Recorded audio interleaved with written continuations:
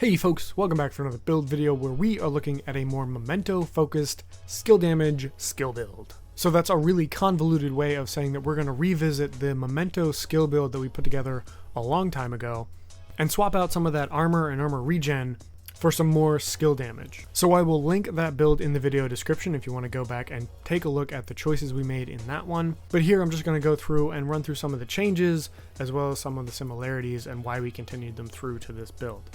So for the specialization, nothing has changed. We've gone with Technician for that all-important amped talent that gives us the +1 skill tier. On top of that, the overclocked CPU talent is great for that additional 10% skill damage. And the Faraday field is actually a really good talent to have when you're going up against Black Tusk with the special ammo directive active, so that you can be immune to their disruption rounds. For primary weapon, we've gone with the Capacitor Assault Rifle. And that really is for one main reason. The Capacitance talent, shooting an enemy build stacks up to a cap of 40. Each stack grants 1.5% skill damage, and after 5 seconds, stacks decay at 1 per second. On top of that, for each skill tier we also get 7.5% weapon damage, so essentially half a weapon damage core for every skill tier that we have. For secondary weapon, we've gone with the Harmony high-end rifle, and that is for the perfectly in sync talent. Hitting an enemy grants 20% skill damage for 5 seconds. Using a non-shield skill or damaging an enemy with a skill grants plus 20% weapon damage for 5 seconds. And damage increases are doubled while both buffs are active at the same time, which of course they will be for the majority of the time. Now, this weapon is a Dark Zone exclusive, so if you don't have it, don't worry too much. You can go with the Test Subject Assault Rifle. It has the same perfectly in sync talent. The only benefit of the Harmony over that is that you get to use the rifle ammo pool, so you're not pulling from both the capacitor and this. And then on top of that, because it is a rifle, it does have a little more of a longer effective range. But ultimately, your secondary weapon here is only going to be for those times when you need a change of pace or you don't have time to build the capacitor stacks all the way up to 40. Because of course, the major benefit of in-sync over the capacitance talent is that there's no ramp up required. All it takes is one hit with your skill, one hit with your weapon, and you immediately have 40% weapon damage and 40% skill damage. For sidearm, we've gone with the Card 45, and I have put the Future Perfect talent on here, which is the more important part for the sidearm. You can go with whatever sidearm you want. I would just highly recommend putting the Future Perfect talent on that sidearm. Weapon kills grant +1 skill tier for 15 seconds, stacking up to 3 times, and weapon kills at skill tier 6 grant overcharge for 15 seconds, and that overcharge cooldown is 90 seconds. I want to make 2 quick notes here. One is that this is not the TDI Card Custom, which is the named variant of this pistol that gives you +1 skill tier, because of course in this case that skill tier would be wasted because we are already at our max of 6 skill tiers. And the second is, because we are at 6 skill tiers already, the first half of that Future Perfect talent description really doesn't matter. We're really focused on the second part there, where getting a weapon kill at skill tier 6, which we're already at, will give you overcharge for 15 seconds. So the way that I view this sidearm, and the reason that I have it on so many skill builds, is because it's a great, fairly easy way to proc overcharge when you need it for 15 seconds. So say you're doing a bounty and the named boss comes out, or you're just trying to deal with a particularly tough wave of enemies, this Future Perfect on your sidearm is a great talent to be able to turn to, proc, and then go back to your primary weapon with your skills now overcharged for 15 seconds. For mask here, we have our first of 3 pieces of Empress International, the first piece giving us plus 10% skill health, and then down there in the secondary attribute slots we have armor regen, skill damage, and skill haste. So for the rest of these pieces, minus the Memento backpack, you will see, of course, skill damage and skill haste in those secondary attribute slots. While I would recommend having skill damage on all of your pieces, again, minus the Memento because you can't do that there. Between armor regen and skill haste, it's really preferential which ones you invest in the most. And really it comes down to, if you're going down too often, I would give yourself a little more armor regen. If you feel like your skills aren't coming back fast enough, you can add some more skill haste. So keep that in mind throughout the rest of these pieces as we run through them. Wherever you see armor regen or skill haste, feel free to swap it out for your basic preferences, depending on your particular playstyle and your preferences therein. For backpack, we have the all-important Memento exotic backpack. It has 3 core attributes, 1 weapon damage, 1 armor, and 1 skill tier. In the mod slot there, we've gone with skill haste again, And of course we have the oh so powerful kill confirmed talent. Enemies you kill drop a trophy on death. Collecting trophies provides both a short and long-term buff, the first of which scales with the number of core attributes equipped and lasts 10 seconds. On top of that, for every trophy collected, gain an additional 1% weapon damage, plus 1% skill efficiency, and 0.1% armor regen for 300 seconds. So for those of you doing quick math, that is 5 minutes of those long-term buffs, which is quite a bit of time. The maximum for all three of those is 30 stacks. And another note to make, when you pick up a new trophy, you do refresh that 300-second time limit, which is ordinarily more than enough time to complete an encounter, run around, and pick up trophies. And on top of that, you can normally traverse the map fast enough to keep your long-term buff active once you've hit the cap. One quick note on the Memento stacks: if you are doing open world activities and running around a lot, make sure you don't travel to a safe house of any kind, and that includes obviously the White House and castle, anything like that where it's going to reset or refill your armor and your armor kits. It also wipes all of your stacks. So given how long these can take to build, if you're trying to run around and do a bunch of activities quickly with your stacks at maximum, try to make use of any other fast travel point other than a safe house so that you can keep those stacks when you're running around. For chest piece, we have our second piece of Empress International, giving us plus 10% skill damage. On top of that, we have skill damage, skill haste, and skill haste again in the mod slot. And then for chest piece, we've gone with kinetic momentum. When in combat, each skill generates a stack while active or not on cooldown. Stacks increase your total skill damage by 1% and total skill repair by 2%. We don't really care about that. And you get up to 15 stacks per skill, and they are lost when on cooldown. So one note to make here: if you do want the absolute maximum in terms of weapon damage and skill damage, I would recommend going with Glass Cannon, but obviously that comes with the very steep downside of increasing the damage that you personally take. So for my money, I've gone with Kinetic Momentum. Both of the skills down there are ones that are going to be out for very long periods of time, so you should have a decent amount of time to make use of those maximum stacks and increasing your skill damage. For our gloves, we have our first of two pieces of Hana-U, the first piece giving us plus 10% skill haste, and again there in the secondary attribute slots we have skill damage and skill haste. And then for our holster, we have our second piece of Hana-U, unlocking that plus 10% skill damage brand bonus, and again skill damage and skill haste in the secondary attribute slots there. And then last here we have our third piece of Empress International, giving us that plus 10% skill efficiency brand bonus. As I went through in the previous video, this skill efficiency brand bonus is particularly powerful, as it includes bonuses for skill damage, skill haste, skill duration, skill health, repair skills, and status effects, where 1% of efficiency gives 1% of each of those stats as well.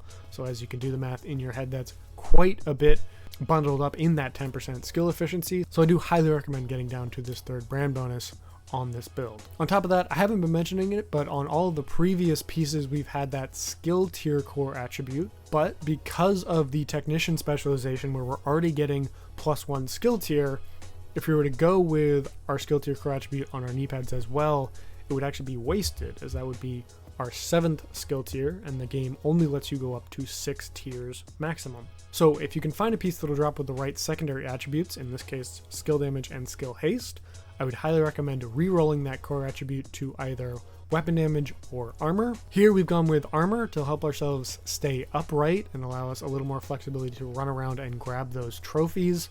But if you want some more weapon damage, you could obviously go that route as well. Last here we have our skills. Our assault turret and striker drone combination, they work so well together as both of them are highly automated. You can manually aim them if you need to, when you need to focus on a particularly hard boss or maybe a very threatening rusher, but otherwise you can really just put them out and let them do their thing. As you can see, because of the amount of skill haste that we've stacked on this build, you've got only an 11-second cooldown and a duration of 251 seconds. And of course you can see there we have the tier 6 bonus, plus 120% damage and plus 420% health. As we swap over to our striker drone, I want to make one last note. As you can see, that health there is just about half of what the turret has, so it definitely will be going down much faster in an encounter. So particularly on higher level difficulties, you're going to have to try and manage your drone a little bit more. And there's kind of two ways I would recommend doing this. One would be to recall it if you feel like it's getting overextended and being surrounded by too many enemies. And then the other, which is a little more niche, but if you know that you're going to be coming up against a really hard enemy, you can overcharge your skills before deploying your drone,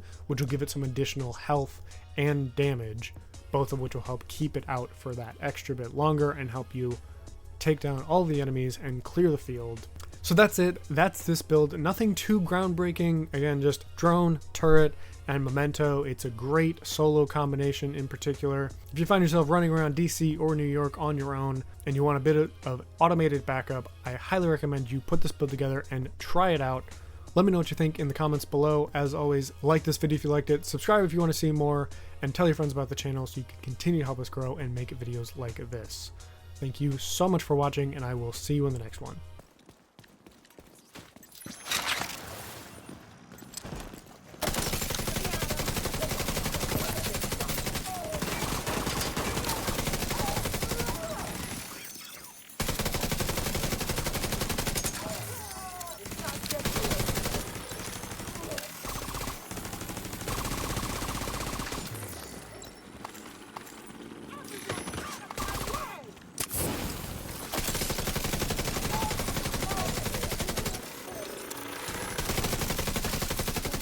Detecting additional hostile contacts.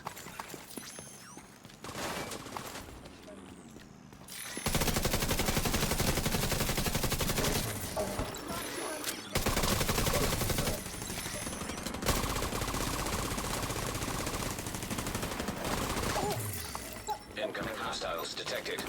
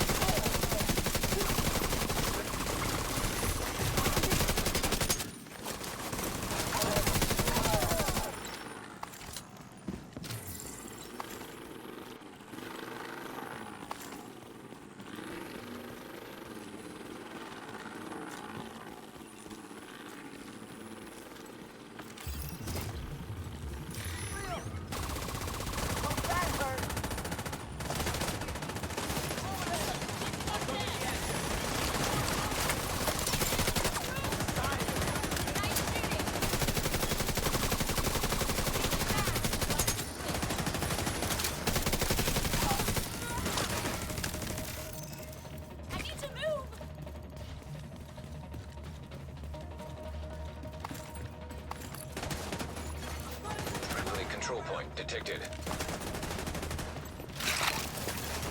System breach started.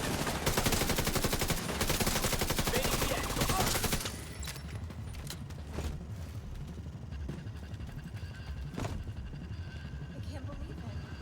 We won.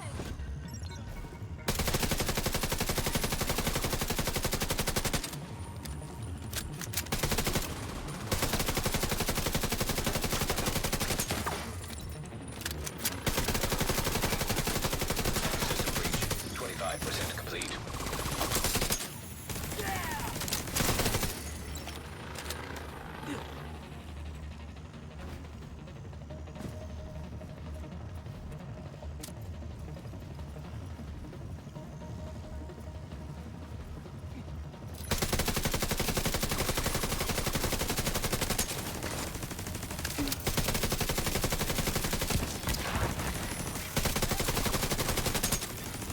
System breach 15% complete.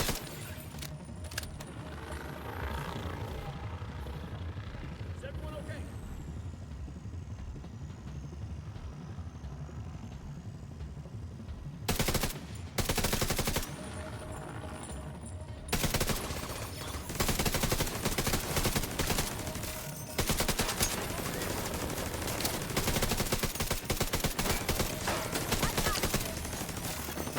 System breach at 75%.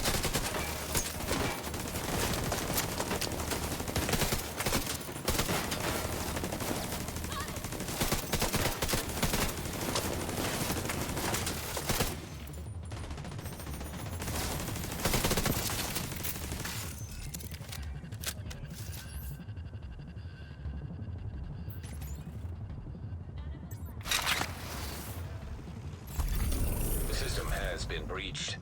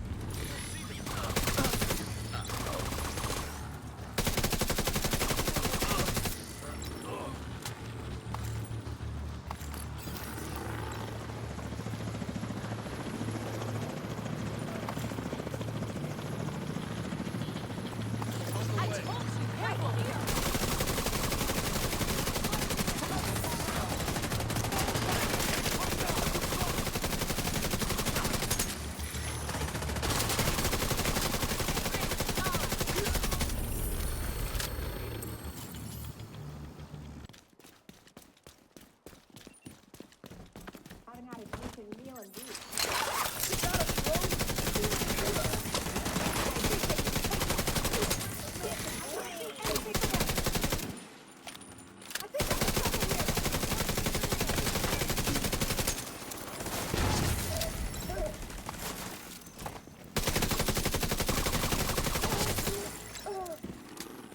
Major Castillo's story, that changed my mind. Major Castillo lost his wife and daughter to the green poison, and in her soul, the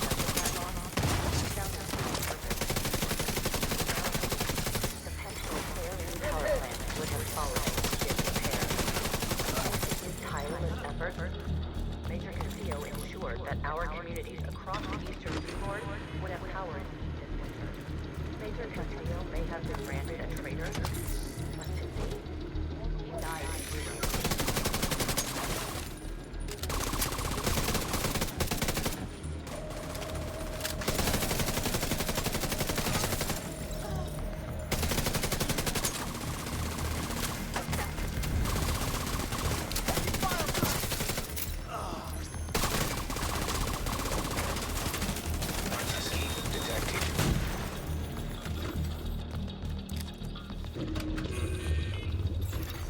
Progress halted. Manual override required.